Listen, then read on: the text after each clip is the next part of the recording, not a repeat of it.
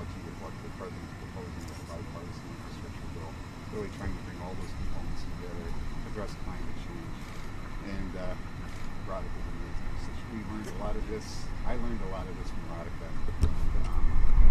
It's just a great partnership with the community, with different non-government organizations in the area, the county, the city.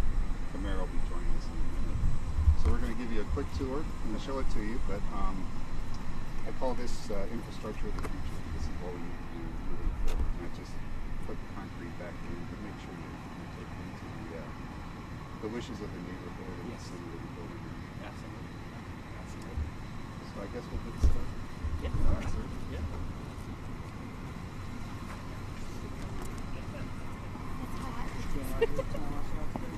Yes, sir. So, Jim, to the right.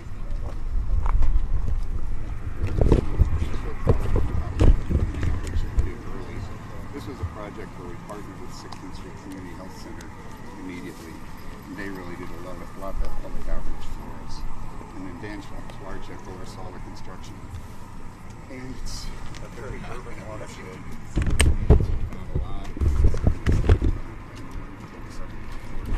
So one of the lessons learned that we talk about is always make sure you better estimate the settings. So this is what the channel used to look like. Under that bridge. That provides the tree here. We're going to be doing the entire watershed. This is the first piece to it.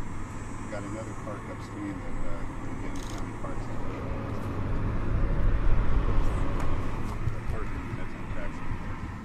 That construction will start next year, and so that will be just a duplicate of what you see here as we walk through. But we're really taking a safety hazard. Jeff was talking about that he covered a death where some child was down close to the water that got washed away. So trying to take care of public safety, restore the integrity of the watershed, and make it as clean as possible. Talk about some of the stuff we did or what we did. Okay, I could talk more or less from public outreach standpoint. This project is a couple decades in the making. Earlier in our work at the district, working with communities, it was sort of like a learn on the go type of thing. We started with presentation style meetings to try to reach the public, rows and rows of chairs in the gymnasium or community center. An opportunity for Q&A. A lot of times people arrive, but there wasn't necessarily a lot of questions going on the base. So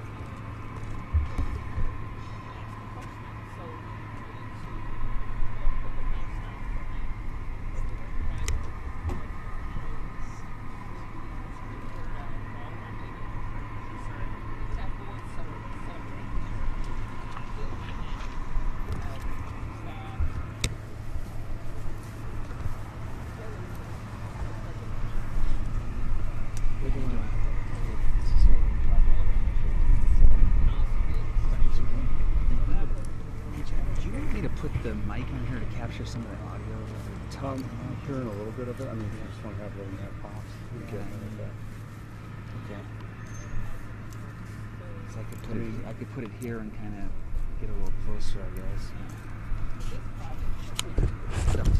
Oh. Just if you do that, you can't walk around just holding it like this. It'll fall out of there for sure. Oh, really? Yeah. It won't hold it. Other way. No, it'll. Okay. I mean, you know, if you hold it like when you're turning it around, Yeah. if you hold it like up at the top where it doesn't, if you just hold it down here, it's going to flop around and fall off. Okay.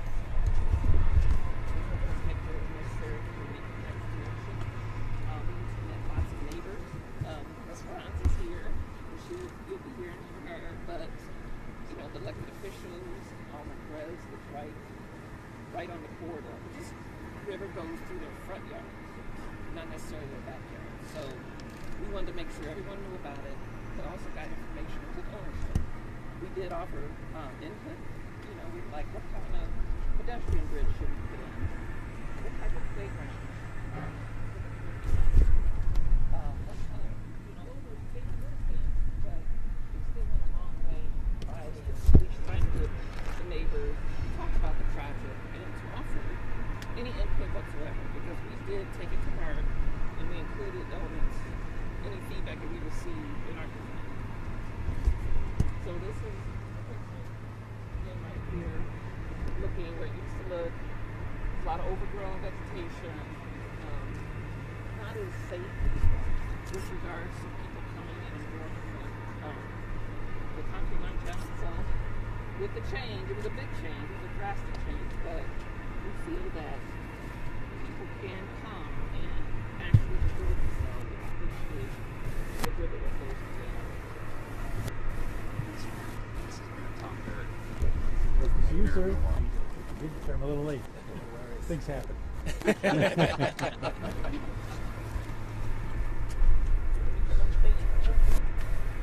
Yeah, just to kind of extend off of what Jennifer said, we would see a lot of people actually playing in the river, like coming down periodically space, throwing rocks, whatever, banging their legs.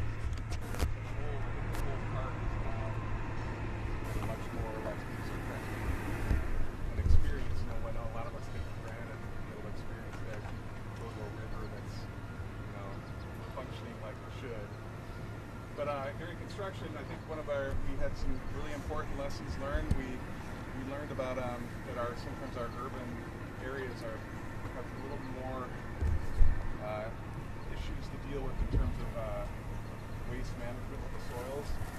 So how we characterize our soils, we learned that we really need to emphasize testing ahead of time for indicators and test, because that's a very inexpensive thing to do in the design phase. We ended up having some modifications to the contract because of the pH or some other contaminants that were in the soil.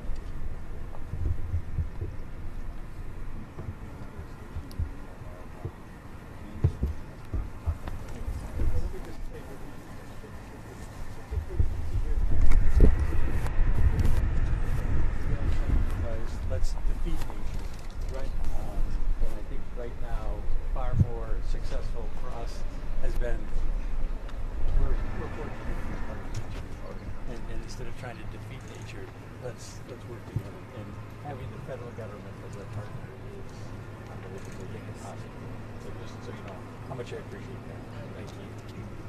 This all flows to Lake Michigan, which is our drinking water supply. So we're protecting the Great Lakes, which we're restoring the lifeblood that feeds them. It's just really something to be proud of.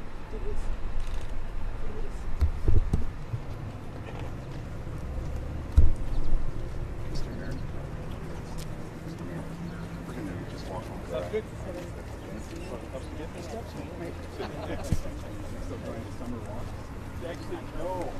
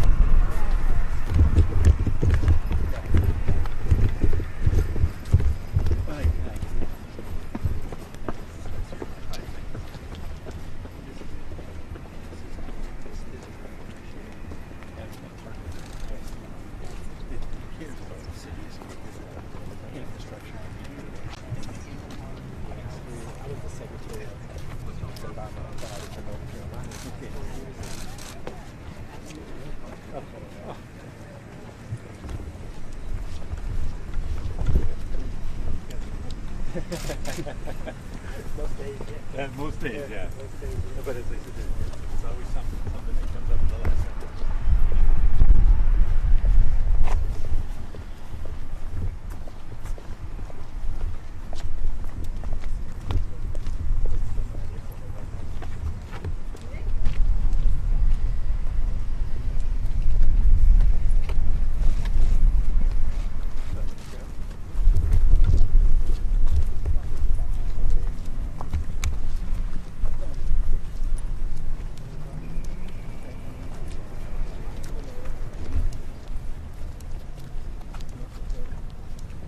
places you have been for probably.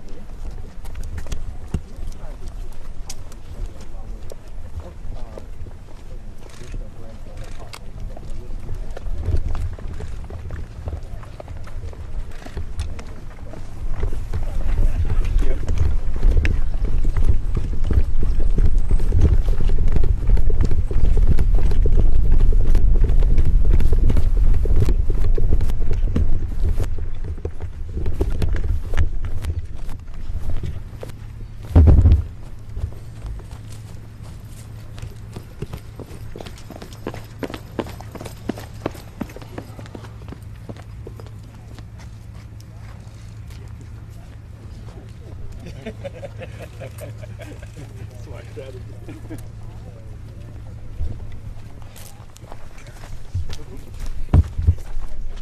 I wanted to walk them all the way to City Hall. Oh, there you go. Get those steps in. We thought we'd just stop here real All right. quick. Sorry. I was trying to line up the next speakers as you guys were taking off on me. Hey, guy. 96. We thought we had must be here now. What you want me to say? I know what you already did, but talk about it more. Well, absolutely. So, again, thank you for really being here, and thank you for everybody for being here. But this has been a great partnership with MMSD for Milwaukee County. For us, this is about how do we not only making sure that we are ahead of the game and doing what we can to tackle climate change right here in our own backyard, but also how do we, and the mayor kind of touched on this, but how do we become a part of the natural resources that we sometimes take for granted? And as you can look at this particular park right here at Pulaski, not too many people it gives the opportunity to walk outside their front doors and be able to see something as beautiful as this.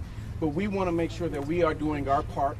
And I know Guy is doing everything that we can throughout our park system, as well as Kevin and his staff at MMSD, to make sure that we all have access to clean drinking water, and making sure that the waters that are flowing through our rivers, we bring that natural habitat right back to Wisconsin. So for us, this means a lot for us, and we're going to continue with these types of partnership, but we wouldn't be able to do this without the federal government and your support. And so, anything that we can do to continue to showcase the work that we're doing here to help promote and help encourage others to do the same across this country, please continue to rely on us. Absolutely. Well, and then thank you all for this leadership. Number one, I think this is an important example to show it's not about sacrifice. This is about opportunity. And what you all have done is created an opportunity not only for the communities and the neighborhoods, but for the environment itself.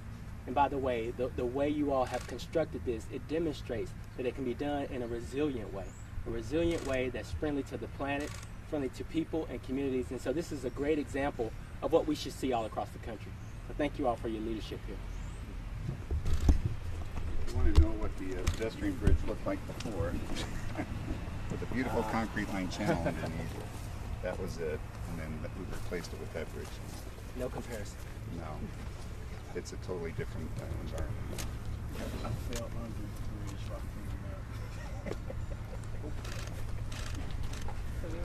So now we'll head on down. All right. I'll try to keep up.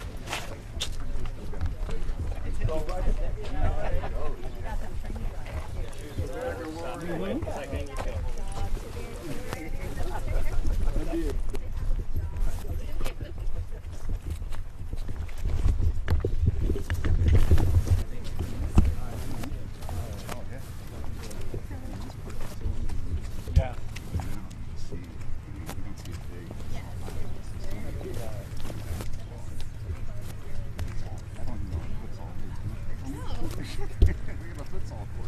you're from North Carolina? I am. Okay. So I assume you know what that's all is? Yes. Yes. As a matter of fact, I've been in D.C. since March. Okay. But my 7-year-old just finished second grade. I'm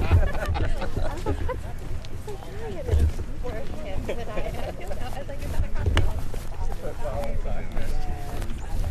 Putting in the job.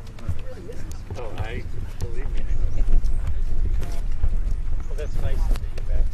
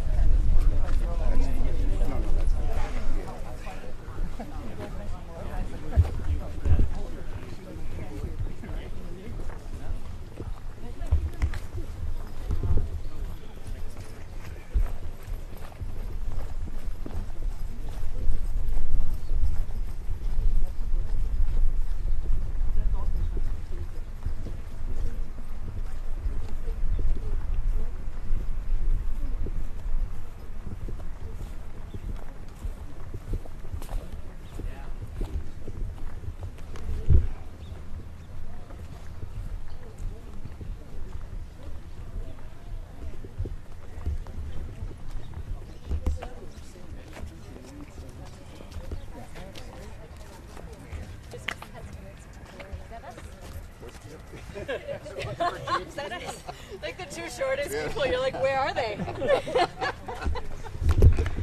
So Esperanza is a neighbor right along over here. She's been part of the process from the beginning. Jamie's with 16th Street. And they, as you heard from Jennifer, really helped us turn around our public outreach so that we got many more neighbors here, much more involvement. And we thought they might like to talk about some of the outreach that was done. Yeah, so we were talking, I'll start and then Esperanza will give her all of her insight. You know, our service area is down in this community, and this infrastructure, this water infrastructure is so important to the community. This river is so important to the community, and what we try to do and what we've been doing with MMSD is really trying to connect the community with the project, so they have opportunities to give input into it. It's not MMSD's project, it's not my project, it's the community's project, and if there's not community input into it, you know, then it's not a success. And so that's really been our role in this, and the neighbors are the most important part of this project because this is their neighborhood. So, Esperanza, what you were just saying, I think really we own it. It's not just mine, but everybody here owns a little bit. It is part of a jewel of the Milwaukee Queen necklace, which gives opportunity. Now that we didn't really go down, but if you go down, you can hear the babbling brook. You can forget the city and go back to nature and touch it. And after being locked down for 18.5 months, you know, the park actually opened in between there, but nobody could enjoy it because we were all supposed to stay home and, you know, cover our faces, and this is now like a freedom. It's a breath of fresh air for the entire neighborhood, and we do own it. We have neighbors that walk their four-legged family members and end up cleaning. We used to have a neighbor that was a veteran that used to pick up garbage here in the middle of the night. So people are being responsible, even though we still have people that have to learn. But I think with there were some soccer players coming in, and it wasn't clean after that. So we got some paletas and a cart, and we gave them free and asked them, could you take ownership? Could you, you know, it's nice that you clean and you play, but clean up after yourself so others can enjoy it. And it followed through. People enjoyed it, so they loved it. And again, it's not just my park, and it's not just my street, but it's ours. That's right. And we have to maintain it for our children.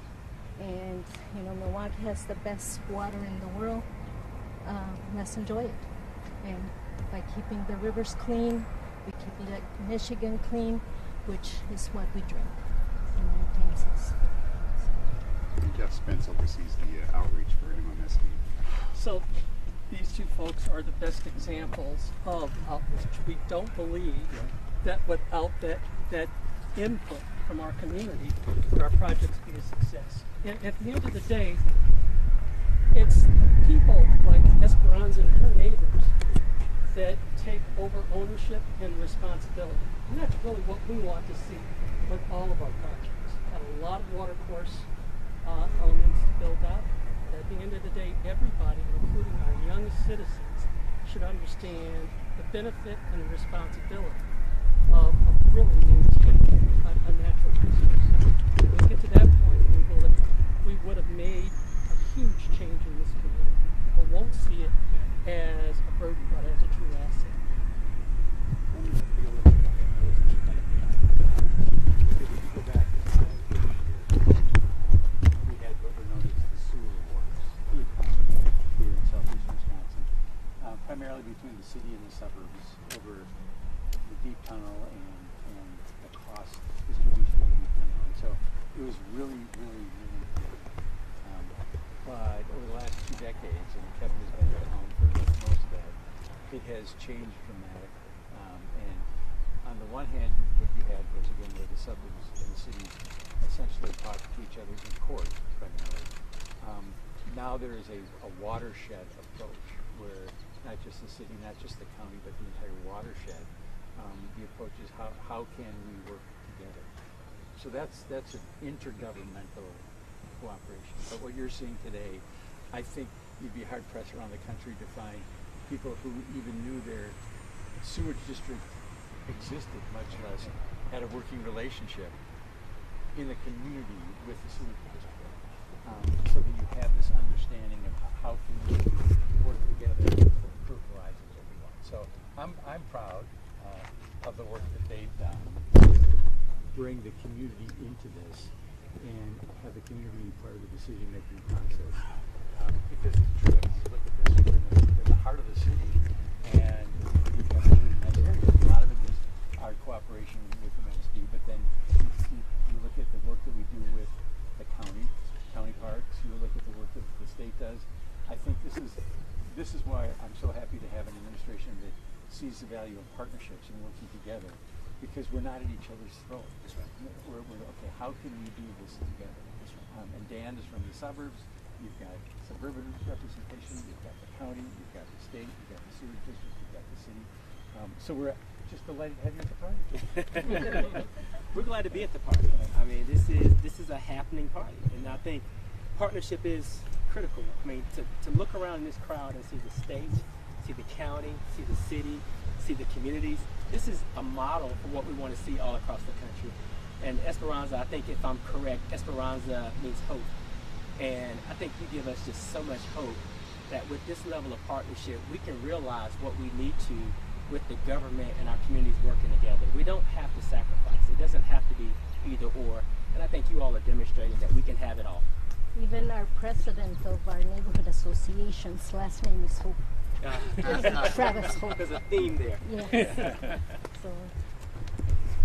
All right, Kevin, where are we headed? We're going to go across the bridge up to the lane and across it.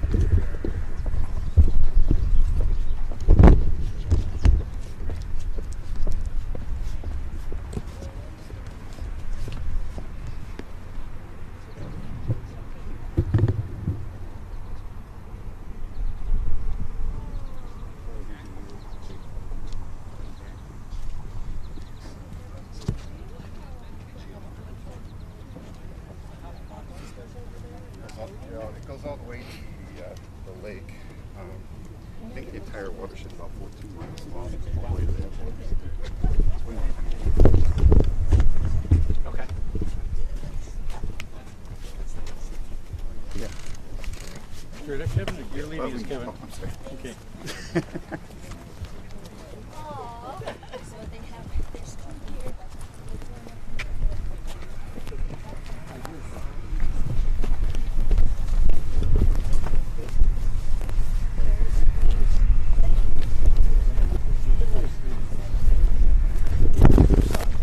And I knew I couldn't do that. I mean, it's just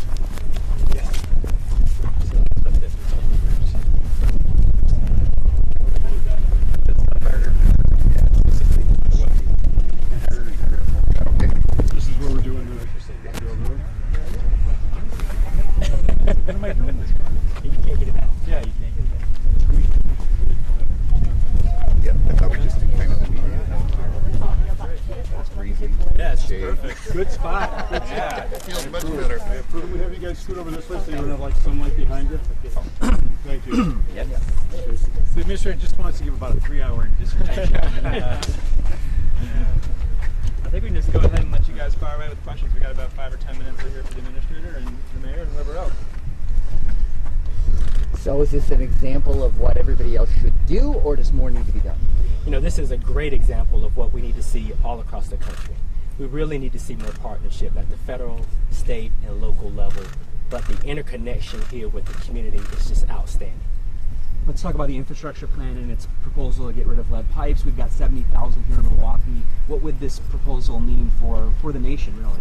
You know, the proposal for the infrastructure framework means exactly what the president said. It would replace 100% of the lead pipes in this country. We know what lead pipes means for public health, especially for children. It's important that we get it done. Now, some of the city leaders say lead paint is the more serious problem for youth in this city.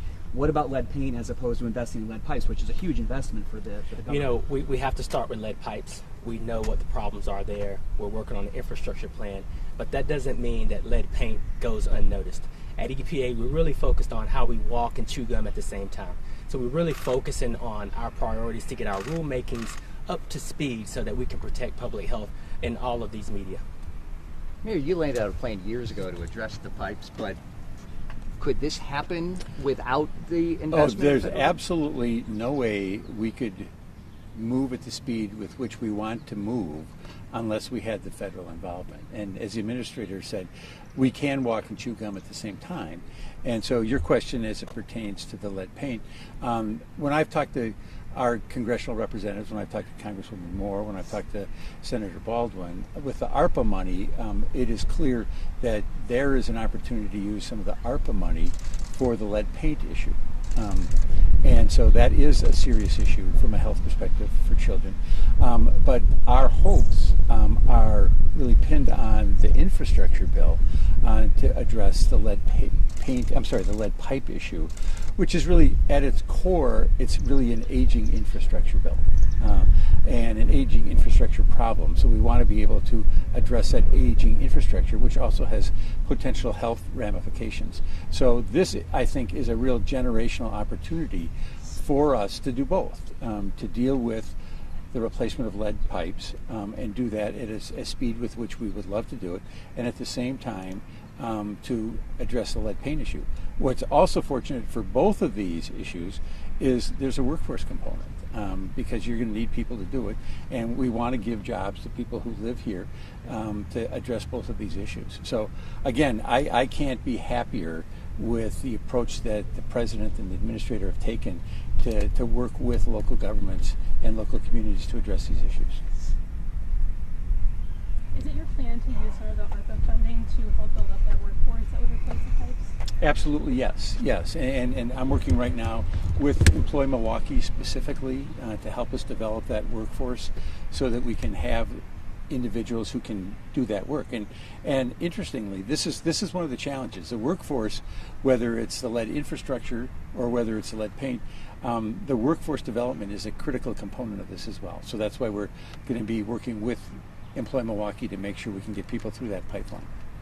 Talking about infrastructure, the HOP doesn't go to the Deer District during these big NBA games. What's your thoughts on the fact that it doesn't go all the way? Well, we would love to have it extend there, and our plan is to ultimately get it there. That's the most logical next step.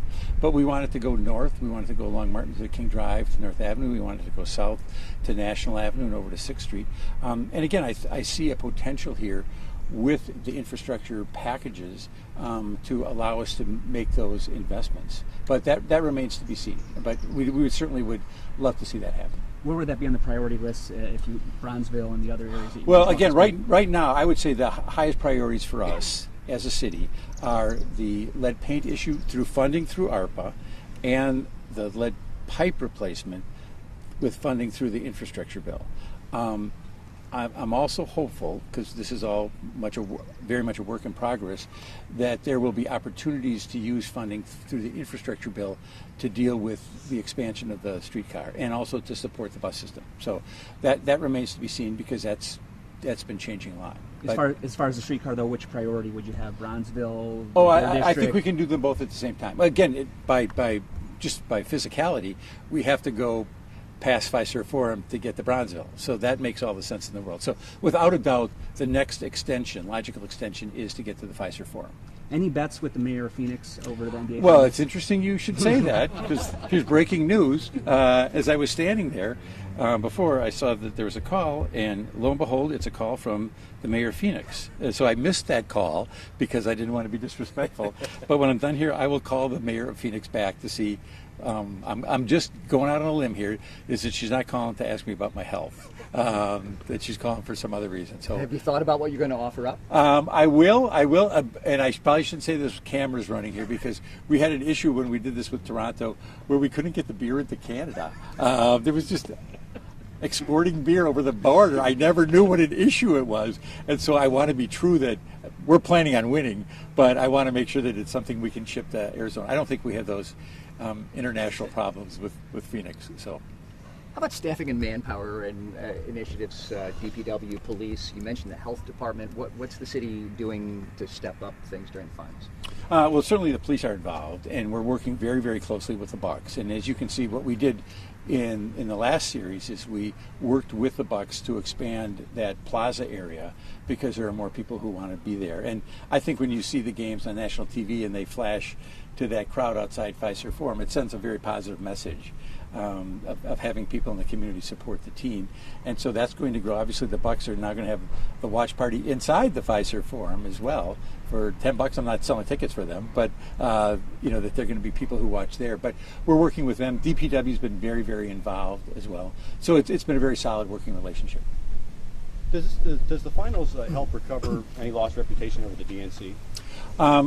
Certainly it does. I think anytime we can be on the national stage in a positive way, it's great for us. So I can tell you it's fun being mayor when your basketball team is in the NBA finals, and when your baseball team is in first place after an 11-game winning streak. Those are the things that you like when you're mayor, to have things like that happen.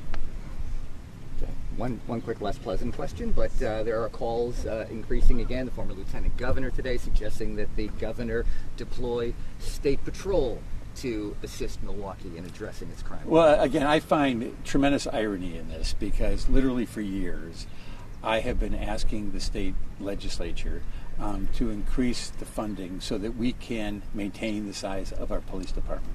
And as I've said repeatedly, those calls have been treated with deaf ears. It was like talking to the wall, asking them to give us more resources so that we can maintain our police department. And now they're coming and saying, well, why don't you do this? I'm thinking, where have you been the last 5 years when I've asked you for more resources?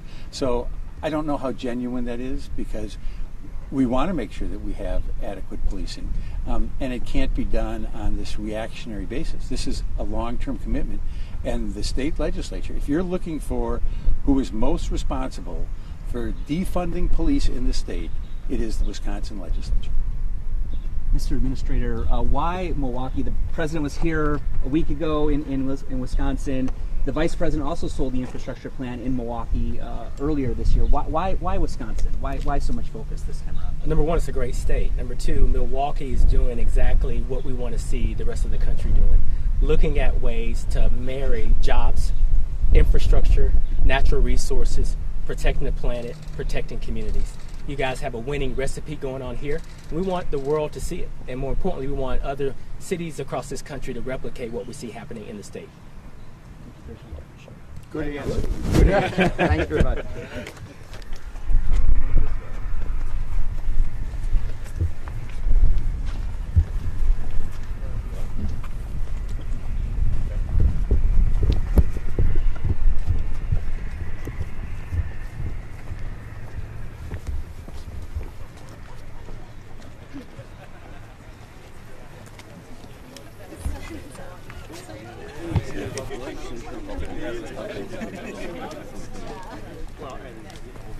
The challenge is getting elementary video school level, getting that awareness.